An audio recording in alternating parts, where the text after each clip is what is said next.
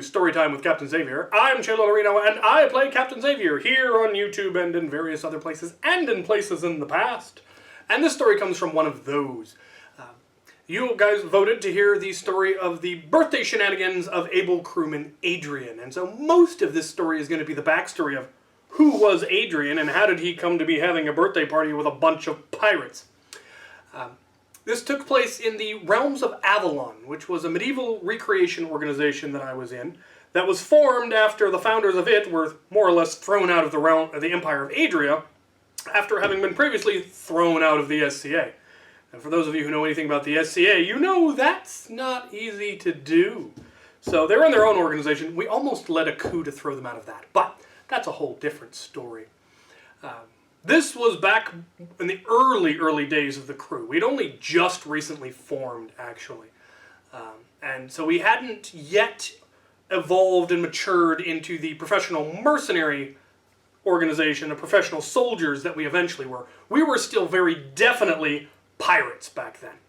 My character had always been a pirate, though a privateer at times, but really a pirate. I've been a pirate. I've been the mascot in high school, the Prairie Pirates, so I liked pirates, and so my character had been around that, and so when the crew was formed, it picked up a lot of that piratical nature, and we played dicing on, we did dice games and card games and ruthless, merciless soldiers and all of that. All of that silliness. We got to play the bad guys. It was fun. And, yeah, Sergeant Kyle and I, when we were still young and full of piss and vinegar, he hadn't done his 2 tours of duty, and I hadn't done the various things that I had done. A young lad came to the realms of Avalon. We were off in a corner. I think we were probably playing dice, or we're getting ready to fight, or we had fought, or what have you. We were off in the corner minding your own business. And a young lad came in with his mother, and possibly father, and wanted to join. How he found out about it, I don't know. If they had friends that were in it, or heard about it, saw it, read about it, who knows. But they showed up, and they were immediately set upon by House Solstice, who were the folks who were the founders who'd been thrown out of all the various things. But they were the ones who ran everything and were in charge of everything, and so when new people showed up, they were the ones who did the meet and greet and all of that. And about 5 minutes into him walking through the door, they had convinced him that he should become the squire of the Duke, Duke Phelan.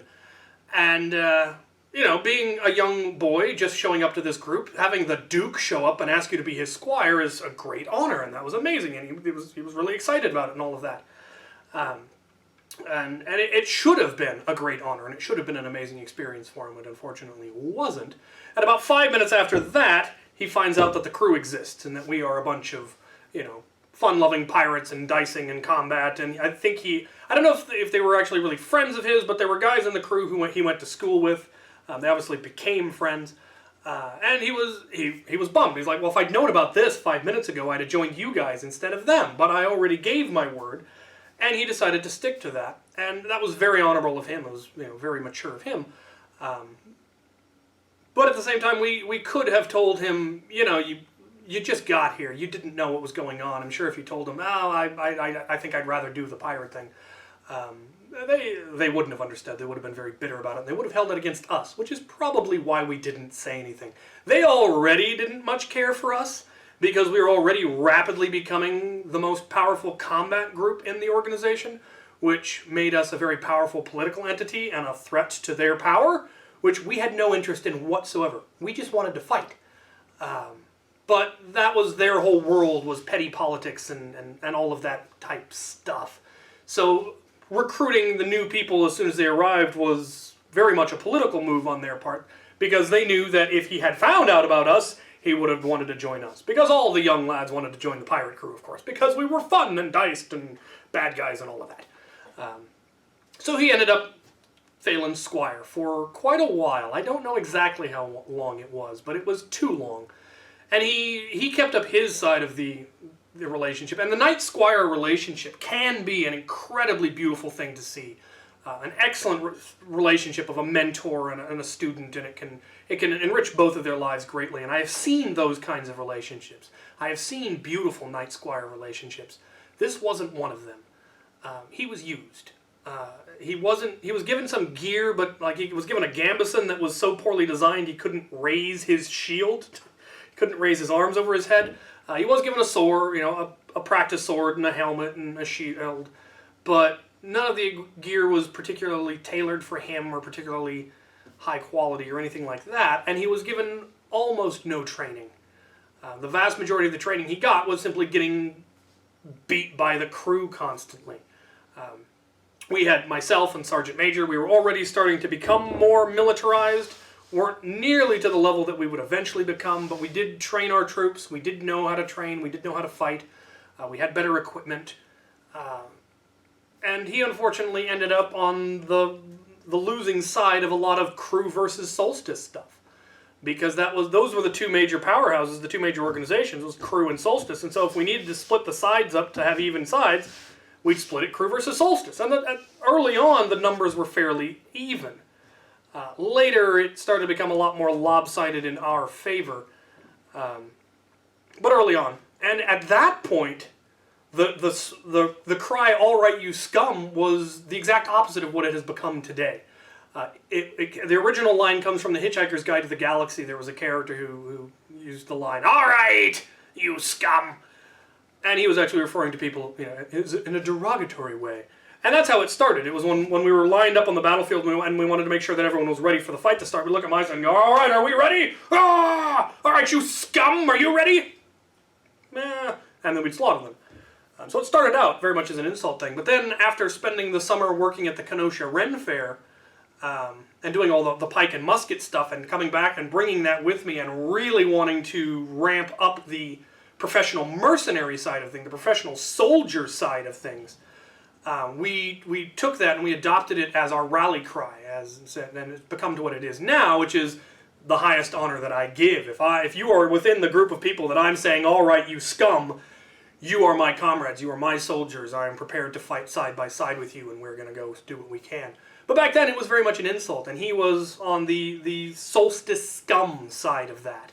And he would still come to the pirate table and he'd dice with us and game with us and card playing, and we'd teach him a little bit, combat and all of that, but there was always that he's the enemy thing, he's solstice scum, and we didn't, we knew that he really wanted to be within the crew, and he knew that, and so it was all meant in good fun. It wasn't seriously, he's the bad guy, he's the enemy. Train?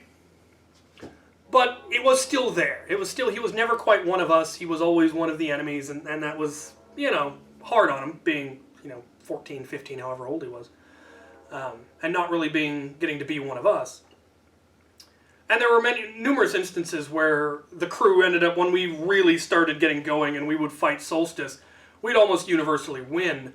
And he had to be on the losing side of that, and I remember at least one in particular. There was a field battle, and he had gone as an archer because he wasn't that strong of a shieldman, a swordsman yet. So they gave him a bow and had him go as an archer because he was an excellent shot. And we wiped out the shield line, and half the crew was still standing, and it was just him left. And rather than pull his sword and fight to the end, he threw down his weapons and ran. And that kind of told you the kind of training and confidence and whatever that he was getting from his knight, which was none. And it was sad to see. However, an event eventually transpired that changed that, which was Phelan died of cancer, pancreatic cancer. He slowly wasted away, turned yellow, which his gambus and shield were yellow. Their colors were yellow and black. He slowly started getting serious jaundice, and eventually he passed away. We did take shameless advantage of that at one point, and it's another one of those things that I'm not proud of. Something I did in my youth. It seemed like a good idea at the time, and in hindsight was not particularly well done. Towards the end, all they could do was make him comfortable, so he had lots of morphine. And the last court, the last royal court that he held, which was at a harvest war, I think, they had been pressuring us since the crew had gotten larger and larger and more organized, and we were acting in many ways the way a household does, which is an official political entity within the group, that they were trying to pressure us and telling us that we had to form a house, which we didn't. There was no way they could force us to form a house. We weren't doing anything against the rules. We weren't gaining any of the advantages that a house has. We were just organized, and they felt that we needed to form a house. So to get around that, I wrote up a letter of marque. saying that we were in fact privateers, that we were allowed to operate in the independent manner that we always have and always did, that we don't have the responsibilities or any of the benefits of a household, that we simply are allowed to be an organized group of soldiers. And I took it to the royal court in front of all of the members and read this out in a big flowery, and Your Majesty, we've always been what we are, and yada yada yada yada yada. And he was coked out of his gourd on morphine at the time. And he's like, I love these guys, they're pirates, they're great, I'll sign it. Yes, yes, they are good soldiers. Pretty sure I shot him in the back with an arrow earlier that day too. And no, that was the year before. The rest of House Solstice were very annoyed, and it really was kind of scummy of me to take advantage of him that way. But they were trying to force things on us for their own political reasons, and this was a way to keep him from doing that. But he did then pass, and at that point, Adrian was like, "Okay, I was only in Solstice because I agreed to be his squire. He is now dead. I want to leave." And so he contacted Dame Ruth, who was now, I believe, the Duchess, and the new head of House Solstice, sent her a message and said that he wanted to leave Solstice. And she wrote back saying that if he wanted to, he had to ask in person, which isn't true. There's no reason she should have demanded that, but she wanted to be able to bully him into staying or guilt trip him or something, or just wanted to yell at him, I don't know. But he came to us and said, okay, I want to do this, but I don't want to go alone. You're like, oh yeah, no, you're not going alone. There was another member, kid by the name of Tony, who had joined and had also gotten kind of press-ganged into House Solstice and also wanted to leave. And so we formed up an honor guard, full gear, full weapons, and marched in formation. And presented them to Dame Ruth. I said, we've got two young men here who'd like to have a word with you. Adrian explained, my fealty was to Phelan. Now that he has passed, I wish to move on, and I would like to leave Solstice. And Tony said, yeah, I would like to leave as well. And Dame Ruth looked at Tony, who hadn't sent her a message, looked at Tony and said, I appreciate you coming to me in person. I appreciate the service that you've given us. You are, of course, allowed to leave. And then she looked at Adrian, this 15-year-old boy, and goes, was that so hard? And it was just the most petty, passive-aggressive thing I had seen. And it was a good thing the Sergeant Major was there. He called an about face and marched us back out because I was going to let Dame Ruth have a piece of my mind, and I'd end up saying something I regretted and probably get brought up on charges or something. They eventually did bring me up on charges for, I don't know, I'd quit playing the game for a year by the time they finally charged me with treason or whatever. I wrote up a letter of all the things that I know I'd committed that were treasonous, and I was going to send it to him going, could you circle which one you actually charged me with? I'm curious. But I never sent it. So we marched him back out, and from that day on, everything was better for him, it appeared. He was one of us now, and even more so for having had to serve with Solstice as it was, because Sergeant Major Kyle was originally in Solstice way back in the very, very beginning in Adria when we were like 18. He then left, I believe, to join Clan McLean, and then in Avalon, Clan McLean was in Adria. He wasn't in, so we formed the crew together. So there was that connection of, oh, I know what it's like to have had to serve in Solstice. And so, yeah, now he was one of us, and so was Tony, and he got to hobnob, and we taught him to fight, and we gave him confidence, and it improved everything about the game for him, and apparently a lot in his life as well. And so when his birthday rolled around, to finally get around to the actual story, he decided he wanted to have just all crew. I have no idea if he had more friends in high school than us, but we were the ones that were there. It was all crew. There was a whole bunch of crew that were in high school with him, and I assume they became friends in high school. I don't actually know. And so, yeah, he invited us to the birthday party, and we all show up, which, if his mother thought it was weird that he was inviting a bunch of college guys to his birthday party, she didn't say anything. But to bring her back into this, we get there, and there's food planned, but there wasn't a whole lot of, else planned. It wasn't like there were party games or anything set up. So we're like, well, should we go get some movies to rent? And it was like, yeah, we'll hop in the flagship, which was my GMC Safari, which could actually fit all of us. And we were going to go to Hastings. And we explained to our mother what we're going. We're just going to hop out real quick. We'll be back. And so like, food should be better when you get back. It'll be great. And she told us, don't get anything terribly violent. Get something with some nice boobs in it. And there was kind of this moment of pause where we all kind of, what? And then it occurred to me, his mother was Italian. She was actually from Italy. He was actually dual citizen, Italian and American. And European culture is very different than ours. We absolutely glorify violence. We love everything violent. We have no problem with our kids watching violent things, violent cartoons, violent movies. But we absolutely demonize anything having to do with sex. Yet we also use sex to sell everything and sexualize things that have no business being sexualized. And then wonder why kids end up so messed up. So, he explained to us that, like, when he was 15 or a little bit younger, his mother had been going to the grocery store and stuck her head in and asked if there's anything he wanted to get her, wanted her to get him. And he, being a snarky, 15-year-old, he also didn't quite understand the difference between the cultures because he'd grown up in America. It's like, yeah, give me some Mountain Dew in the latest issue of Playboy. And she did. She brought him back a Mountain Dew and latest issue of Playboy. I'm like, there you go. He's like, what? That's what you asked for? It's boobs. What of it?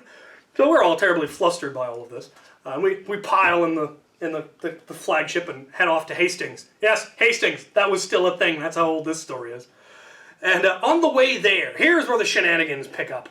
We're on the way to the Hastings, and I see a friend of mine that I haven't seen in years. We went to high school together. We started college at the University of Idaho together. We were both in the computer science department. We actually lived together for a little while.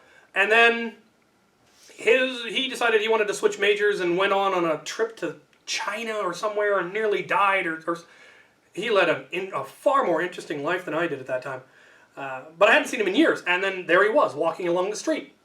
And I recognized him instantly because he had a very, very recognizable gait. And as it would happen, the timing was perfect because we were heading down the main highway that leads through the middle of Moscow to where Hastings was. And he was just approaching a side street.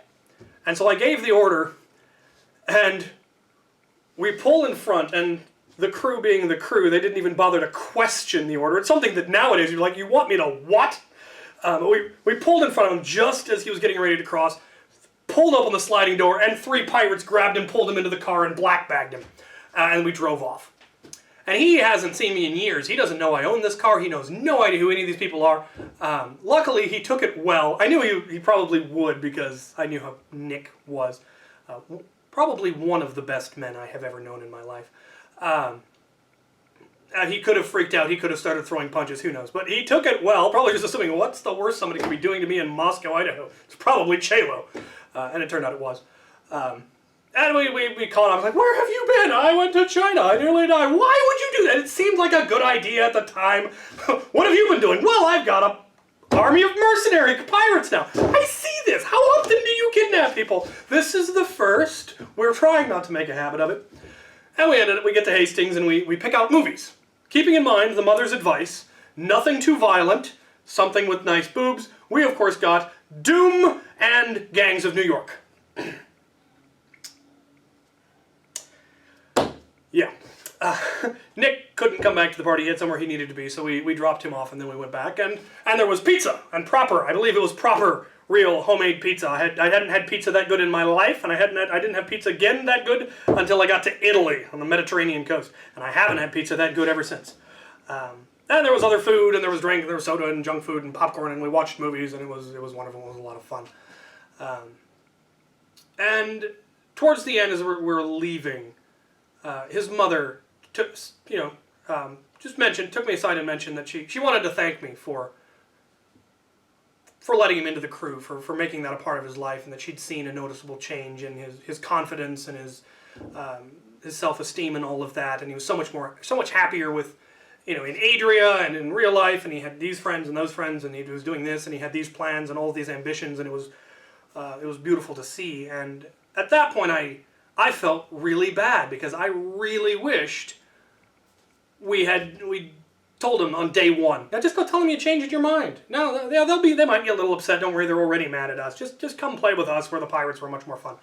I wish I'd done that and spared him all of the grief that he had to go through. Though for all I know, that grief is what helped shape him to who he was. butterfly effect. Who knows what would have happened if we changed one thing. So yeah, he then eventually kind of drifted away. We all kind of eventually started to drift apart, but he knew where he wanted to go in life. He knew what he wanted to do, and he wanted to focus on that more, and that took him a little bit, took him away from the crew. And that was a good choice. A lot of crew members, the crew had a very strong impact on their lives, and for the better. And I had a number of parents say that, but yeah, that was the shenanigans and all of the backstory that led up to it. So yeah, next time, people have asked me if I will tell D&D stories, so I'm going to put 2 on the survey for this time. The world's largest dungeon, we ran that for a while in one of the first full D&D group that I was in, that I then ended up playing all through college. And oh Lord, that's a long and ridiculous story. And carried on into most of our later story arcs, would always somehow come back to that a little bit. And the next one was the story of the Witch Queen and his shenanigans. Yes, that's part of the lovely story. One of the most enjoyable and most ridiculous D&D characters I ever played. Related to the first story. They were all related. And then finally I'm going to throw on Scott's Raid 2. Because we did, I think, Scott's Raid the last time. It might have been the time before that. And Scott's Raid 2 was same location. And everyone who was on the 2 sides were still, or most of them, I think at least Eric was actually on our side for the second one. But it was violently different. And it was an interesting contrast. And so, yeah, those are the stories that are the options. Survey will be down below. Hope you enjoyed this. This was take 3 because the audio kept getting messed up. Thank you for watching.